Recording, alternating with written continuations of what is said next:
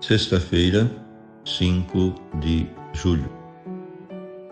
Meu querido irmão, minha querida irmã, estamos entrando na sua vida e muito gostaríamos de entrar no seu coração para aí semear a palavra de Deus, que é sempre a grande orientação para a nossa vida.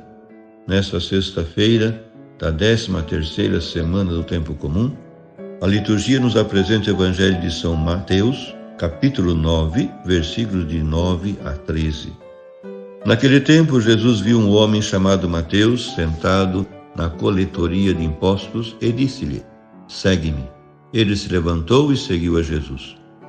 Enquanto Jesus estava à mesa em casa de Mateus, vieram muitos cobradores de impostos e pecadores e sentaram-se à mesa com Jesus e seus discípulos.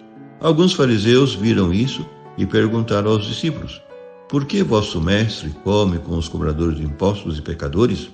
Jesus ouviu a pergunta e respondeu: "Aqueles que têm saúde não precisam de médico, mas sim os doentes.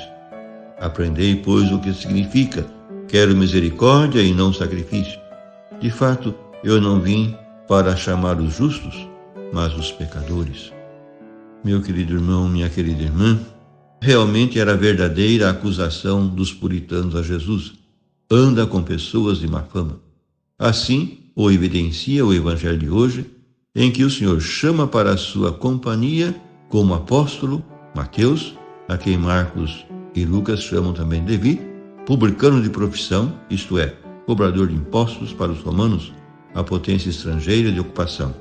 Os abusos dos publicanos, ladrões oficiais, eram manifestos, pois aí radicava a sua margem de lucro.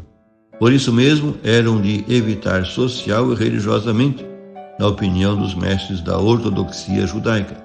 Por que essa preferência de Jesus pelos marginalizados da salvação? Não tem necessidade de médico os sãos, mas os doentes. Ide, aprendei o que significa: quero misericórdia e não sacrifício. Com efeito, eu não vim chamar os justos, mas os pecadores. Eis aqui a explicação da conduta de Jesus e o substrato de todo o seu mistério de encarnação na raça humana, a razão de toda a sua vida e do seu evangelho, a finalidade da sua morte e ressurreição. Jesus provoca intencionalmente o escândalo dos puritanos, tomando partido pelos pecadores para mostrar a misericórdia de Deus, que os acolhe e perdoa como o pai ao filho pródigo. Mais ainda, avisou os chefes religiosos do povo judeu de que publicanos e prostitutas lhes precediam no caminho do reino de Deus. De fato, foram os pecadores e os ignorantes, os pequenos e os pobres, os doentes e marginalizados, que captaram a mensagem libertadora de Cristo melhor que os justos e os sábios, os grandes e os entendidos. Ninguém, pois, deve escandalizar-se, porque a misericórdia de Deus não é cumplicidade e laxismo permissivo, mas procura do homem para o promover e redimir. Mateus era um marginalizado da salvação e um discriminado social, como são hoje tantos homens e mulheres.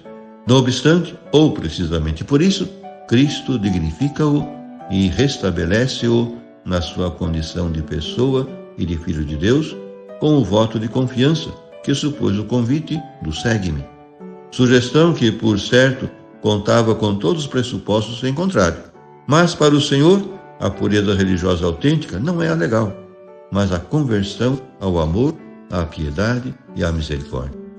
Remetendo-se à frase de Deus pelo profeta Oséias: "Quero misericórdia e não sacrifícios", Jesus não patrocina uma religião sem culto, mas uma religião essencial que não se fique por uma prática meramente ritualista, alheia ao compromisso da vida. Na linha profética, Cristo diz não a uma religião que passa ao lado do homem e do amor ao irmão.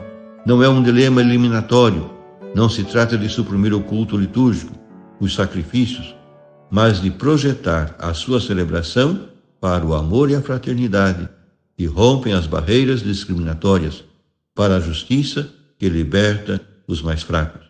Hoje é dia de examinar as nossas motivações religiosas. Por que é que acreditamos em Deus e por que devemos praticar a religião? Há motivações falsas e autênticas.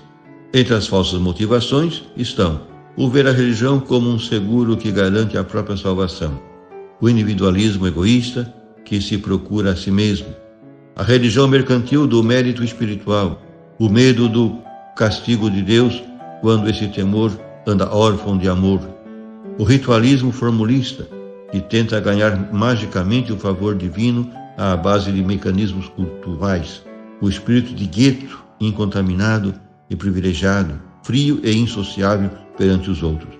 Entre as motivações autênticas, de acordo com a sinceridade evangélica ao estilo de Jesus, estão a fé e a entrega incondicional a Deus como resposta a um amor que nos precedeu primeiro em Cristo, a atitude de receptividade e pobreza perante a gratuidade de Deus, que nos ama porque Ele é bom e não porque o mereçamos, a adoração ao Pai em espírito e em verdade, a piedade e a misericórdia que privilegiam o amor ao irmão, a abertura ao marginalizado social e religioso, a compreensão, a tolerância e a justiça, inclusive sobre o próprio culto, o conhecimento de Deus definitivamente por meio de seu Filho e da sua palavra pessoal, que é Cristo feito homem por nós, morto pelos nossos pecados e ressuscitado para a nossa justificação.